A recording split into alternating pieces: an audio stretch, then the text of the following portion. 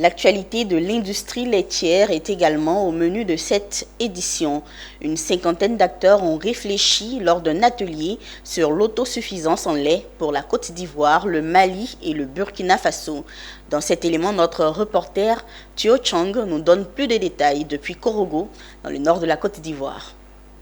Le potentiel laitier de la zone transfrontalière Sikasso, Korogo et Bobo Dioulasso est estimé à 1 820 378 000 litres par jour en grande production. Des chiffres qui peuvent satisfaire largement les ménages des trois pays frères de l'UEMOA et de la CEDEAO, à savoir la Côte d'Ivoire, le Mali et le Burkina Faso. Cet atelier vraiment est d'une importance capitale, vu ce que nous partageons entre nous éleveurs laitiers comme difficulté.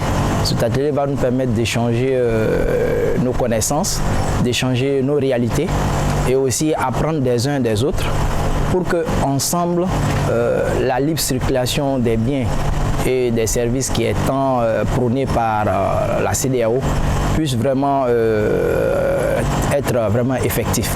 Pour atteindre les résultats visés, Diakaridia Serema a salué le financement de Vétérinaires Suisses Sans Frontières et le directeur pays de Vétérinaires Suisses Sans Frontières de rappeler à sa suite l'objectif du dit projet. Et l'objectif justement de cet atelier multi-acteurs est de permettre justement à tous les acteurs de la zone du projet qui concerne plus spécifiquement la région des Cascades au niveau du Burkina Faso, Banfora, Kadiola au niveau du Mali et Korogo au niveau du Sikasso.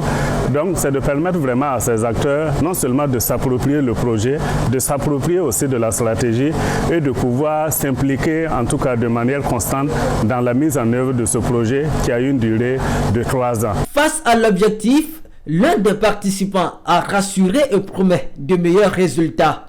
À en croire les animateurs de cet atelier, le déroulé de ce projet suscitera de nombreuses opportunités d'affaires pour les jeunes diplômés ou non.